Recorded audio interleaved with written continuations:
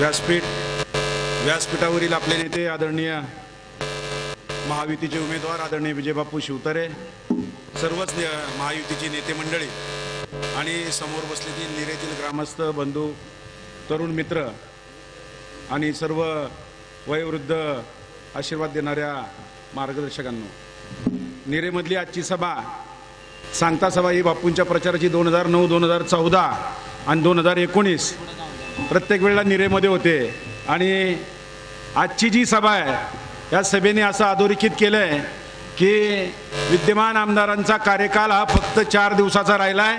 23चा निरोप समारंभ त्यांचा पक्का झालाय. आता फक्त ते 4 दिवसाचे बाकी आमदार राहिलेत. बांधवांनो, आपण संपूर्ण तालुक्यांनी बघितलंय, 5 वर्ष खोटं बोलून निवडून आले आणि 5 वर्ष आपली शुद्ध फसवणूक या माणसांनी केली. त्या फसवणुकीचा जाब आपल्याला येत्या 20 तारखेला विचारायचा आहे.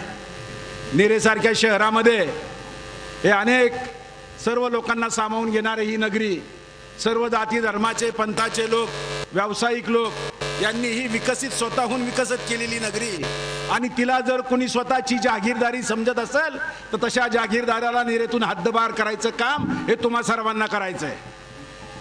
या नगरीची अनेक वैशिष्ट्ये आहेत. या नगरीमध्ये सर्वच लोक आनंदाने राहतात, पण या नगरीमध्ये धर्माधर्मात जाती जातीत ते काम काँग्रेसने या ठिकाणी केलंय. हा भारत आहे. अब्दुल कलाम या देशाचे राष्ट्रपती होऊन गेलेत. मोहम्मद अझरुद्दीन या देशाचा कर्णधार होऊन गेलाय. अनेक मोठी लोक इतर धर्मातली या देशांनी मोठी केलीत, पण निव्वळ जातीयवादाचं गालबोट द्यायचं आणि विशिष्ट धर्माला त्या ठिकाणी सांगायचं तुम्ही असं करू नका, तुम्ही तसं करू नका. अरे मी जाहीररित्या सांगतो, आदरणीय बापूंनी त्यांच्यासाठी जेवढं केलंय तेवढे यांनी 5 वर्षात सुद्धा केलं नाही. 2 मशिदींना त्या ठिकाणी बापूंनी आमदार असताना, मंत्री असताना त्या ठिकाणी त्या धर्माला न्याय द्यायचा प्रयत्न बापूंनी केला. आणि यांनी काय केलं? त्यांची दफनभूमी सुद्धा खाऊन टाकली की नाही निरेकरांना माहिती आहे. तरी सुद्धा अशा नेत्यांच्या मागे जर विशिष्ट लोक जात असतील तर सर्वांनी त्या ठिकाणी विचार करण्याची गोष्ट आहे.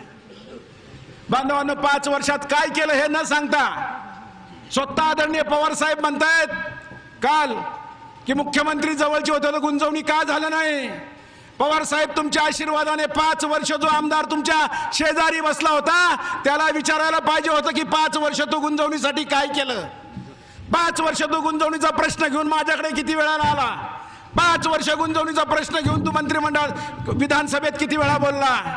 भोरच्या आमदाराने गुंजवणीच्या कामाचा प्रश्न विचारावा आणि आपल्या आमदाराने पंचगंगेच्या पुराचा प्रश्न विचारावा, ही पद्धत झाली का? यासाठी बांधवांनो, तुम्ही नीट विचार करा. आपला आमदार कोण पाहिजे? जो आपल्यासाठी रात्रंदिवस झगडणारा पाहिजे, आपल्यासाठी भांडणारा पाहिजे, आपल्याला न्याय देणारा पाहिजे. विशिष्ट पद्धतीची लोक एकत्र करून एक मलिदा गँग तयार करायचं काम या आमदारांनी केलंय. निरेसारखं शहर आहे. या शहरामधल्या नेत्यांना असं वाटतंय माझ्या आमदारांनी पुरंदर हा देश घोषित करायचं ठरवलंय. उद्या देश झालं म्हणजे निरा हे राज्य होईल, आणि निरा ही राज्य झालं की निरेचा मुख्यमंत्री मी होईल. जसा नेता तसा कार्यकर्ता, अशी पद्धत आहे. त्यांनी मागणी केली पुरंदरला स्वतंत्र देश घोषित करा, की कार्यकर्ते चेकाळले, स्वतःचं कॅबिनेट तयार केलंय. मी मुख्यमंत्री, तू बांधकाम मंत्री, तू स्वच्छता मंत्री, तू पाणी पुरवठा मंत्री, सगळी मलिदा गँग आहे. सगळ्या निरेकरांना माहिती आहे. म्हणून बांधवांना, तुम्ही सर्वांनी या ठिकाणी येत्या 20 तारखेला बापूंना प्रचंड बहुमताने विजयी करण्यासाठी धनुष्यबाण या चिन्हासमोरचं बटन दाबून एक आपला प्रतिनिधी, एक जनतेचा सेवक, एक पुरंदर हवेलीचा नायक त्या ठिकाणी विधानसभेत पाठवा, अशी मी तुम्हाला विनंती करतो आणि या ठिकाणी थांबतो. जय हिंद, जय महाराष्ट्र.